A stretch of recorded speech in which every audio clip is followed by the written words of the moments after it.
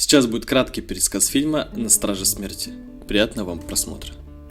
Во время Первой мировой войны солдаты Белой роты британского 5-го батальона под командованием капитана Дженкинса атакуют немецкую траншею в рамках более крупного штурма. Молодой рядовой Чарли Шекспир сначала отказывается, но его уговаривает сержант Тейт. Многие солдаты падают под пулеметным или артиллерийским огнем, и подразделение теряется в тумане.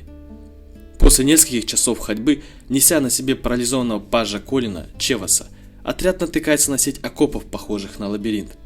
Там они находят 3 перепуганных немцев, которые игнорируют крики рядового Вильяма Кнесса о сдаче в плен, очевидно опасаясь чего-то дальше по траншеям. Рядовой Томас Куин стреляет и убивает одного, другой убегает, а третий Фридрих сдается. Убедившись, что они прорвались через вражеские ряды, солдаты решают охранять траншеи.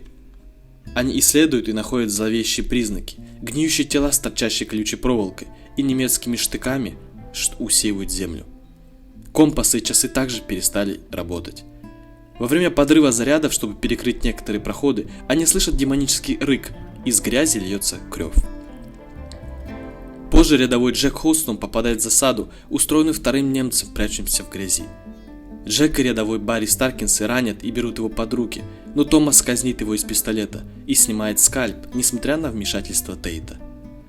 Попытки связаться с командованием по радио показывают, что рота Уайт была уничтожена во время штурма, после чего связь прерывается. Первая ночь в траншее проходит без происшествий, и капрал Док Файрзер лечит раненых.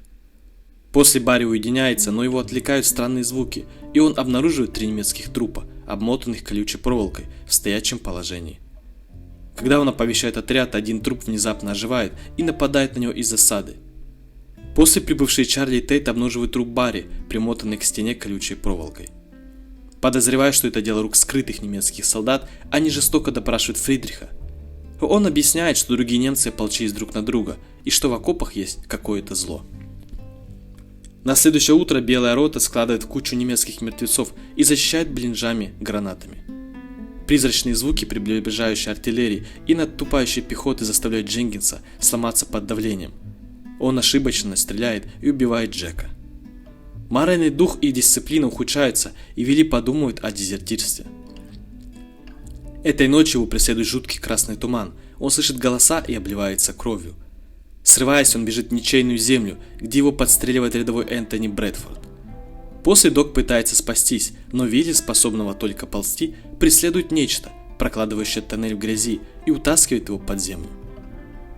Тем временем Энтони, убежденный, что и он, и окопы одержимы смертью, просит Чарли застрелить его, чтобы он больше никого не убивал. Когда тот отказывается, Энтони убегает. Утром Томас заживо распинает Фридриха на деревянной балке в ничейной земле и жестоко избивает его дубинкой. Дженкинс, теперь уже обезумевший, приказывает провести инспекцию, но Томас вместо этого подчиняет себе офицера и закалывает его до смерти. После Тейт нападает на Томаса, но во время схватки запутывается в колючей проволоке. Томас убивает Тейта и насмехается над Чарли, когда тот отказывается стрелять. Но затем его удерживают и пронзают живые нити колючей проволоки, поднимающиеся из грязи, заставляя Чарли покончить с ним. После, освободив искалеченного Фридриха, Чарли вооружает его винтовкой для самообороны, а затем убегает на поиски Дока. Он находит Колина, который, хотя и бледный и покрытый мухами, кажется, может шевелить ногами под одеялами. Однако ноги ему отгрызли крысы, и Чарли со слезами на глазах подвергает его эвтаназии. Затем он находит Энтони, который связал Дока колючей проволокой, и оба мужчины умоляют Чарли кончить Энтони. Чарли снова отказывается, и Энтони стреляет Доку в голову. Наконец Шекспир сдается и убивает капеллана. Почва под грудой немецких трупов начинает осыпаться, а колючая проволока перекрывает все проходы, и Чарли засасывает в яму. После он просыпается в пещере, полной трупов, где живые версии его подразделения сидят и едят вместе, как в первую ночь, включая его самого. Он бежит и добирается до окопов, а Фридрих, теперь совершенно здоровый, появляется и наставляет на него винтовку. Чарли, возмущенный явным предательством, кричит на английском и французских языках, что он пытался ему правда помочь. Но Фридрих спокойно подтверждает это на английском языке, говорит, что он свободен, и указывает на лестницу, ведущую вверх в ничейную землю, после чего, казалось бы, исчезает. После Чарли вылезает из окопа и уходит в неизвестном направлении, исчезая в тумане. Через некоторое время окоп прибывает другая группа британских солдат. Увидев Фридриха, сидящего в одиночестве, они кричат ему, чтобы он сдался, на что он подчиняется, поднимая руки.